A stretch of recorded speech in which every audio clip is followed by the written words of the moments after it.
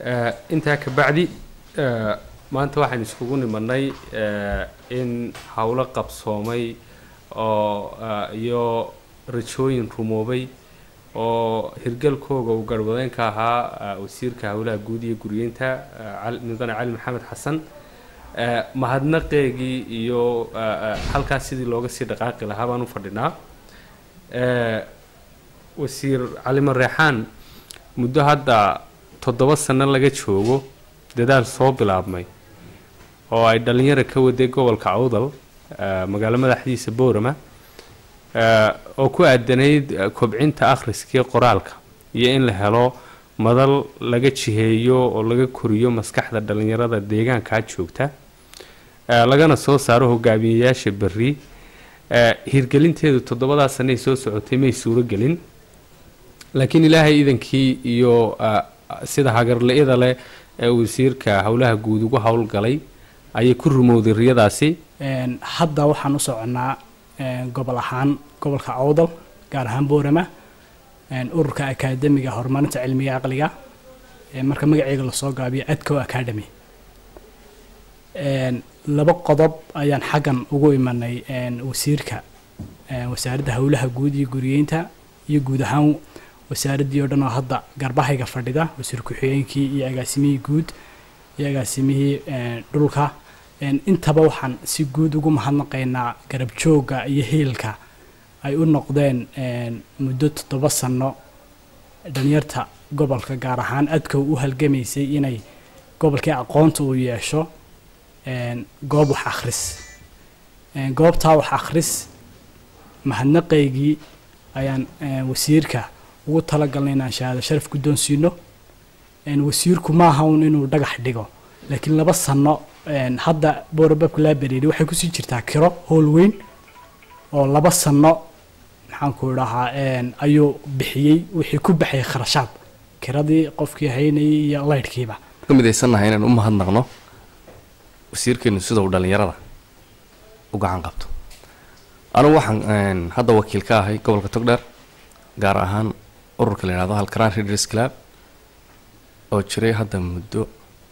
9 sano iyo xoogaa waxaan kaga yar duwanahay Adco oo Togdheer ka dhisan Boorame anagu hadda lama dhagax dhigin maktabada muddo hore la dhagax dhigay ilaa khayra siiye maayirka gobolka maayirka degmada Burco maxamed yuusuf cabdiraxmaan muraad ayaa dhisay oo dhameystiray laakiin mushkiladana haystay waxay ahayd hoolka oo aad u weyn shelfs la'aan buugaagtiyo badan oo aan la saari karin waxaan ugu hadlaqayaa wasiirka inuu gobolka Togdheer ama Burco Public Library ka furtay oo uu naga bixiyay shelfskiyo aad u weyn lacag badan ay ku baxday xaqiiqdii marka anagu 50-50 mar ma marayne waxaan maraynay halkii ugu dambeysay oo wasiirka nooga dhigay 100% ismihi maanta maktabada si fiican bay u shaqeysaa dhalinyarada gobolka Togdheer way ka faa'iideystaan library-ga Burco iyo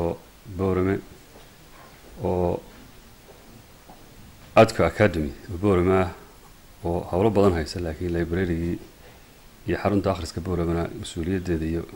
hawsheedaba gacanta ku hayo muddo badan ba kii hore shaqeynayay iyo ka dambeeyay marka la dhisi doonaba mas'uuliyadeeda hawsheeda gacanta ku hayo aad iyo aad isku xilqaamay iyo naadiga akhriska Halkaraan Burco gudoomiyihiisa la joogo labada gudoomiye iyo madaxda kale iyo dhamaantiin iyo dhalinyaradiinaba السلام عليكم ورحمة الله وبركاته. هولوين هذه هذا مهم بس حل صارتين أنتي ومدو بهانت هاي ورا يردو بهانت هاي ودتك وين بهاي هاي ومستقبلك ومدينا بهانت هاي المدة يا شمالة وحكوا آخرته يمال علمي وصو نقط ومرجع نقط وهوش هو مهم سن نرشع علمي وحقرسكو هذه أدو مهم يهاي عيد كستو مسؤولية هاي سنة فيل كيدون تهاكو شرتين اللي رجليا وهذه أدو مهم تاعي وايو مركز طاضو حقرته واحد وقاني سا وحاند ogeyn hore ogeyn baad ogaanaysaa haddaad hal minute wax akhrido iminka buuggan haddaad soo qaado minute akhrido waxaanad ogeyn baad ogaanaysaa marka muhiimad aada u weyn buu leeyahay runtiina dhiirigelin laydin siiyo oo laydinkala qayb qaato oo waa siyaasadda dowladda in dhallinyarada iyo cilmiga iyo librariyada iyo maraajic dadku wax ku akhristaan la sameeyo tabarco iyo taboorame iyo tahargeysa iyo taberbere iyo meelo badan bay ka socdaan imika waa ogtihiin waxba dowladda ayuunbaa qeybaha ugu waaweyn ku lahayd marka muhiimadduna waxa weeye dhallinyaradu aad bay wax u baranaysaa dadkeenu wuu badanayaa bableshku wuu kordhayaa intii dhallinyarada siyaasad lagu arbushi lahaa kan kaca xisbigan soo gala kan kale soo gala kan kale soo gala lagu arbushi lahaa waxaa fiican lahaa wax akhriya isagaa markaa caqligiisa iyo maskaxdiisa wax ku dooranaya uma baahnaba in khudbado lagu asqaysiiyo marka sidaa awadeed hawshaa wadaan waa halo aada iyo aada u muhiima idinkii ciddii kale ku howlanba halkaana ka sii wada ilaa iyo intaa ka midho dhalinaysaan wajasaakum allahu khayr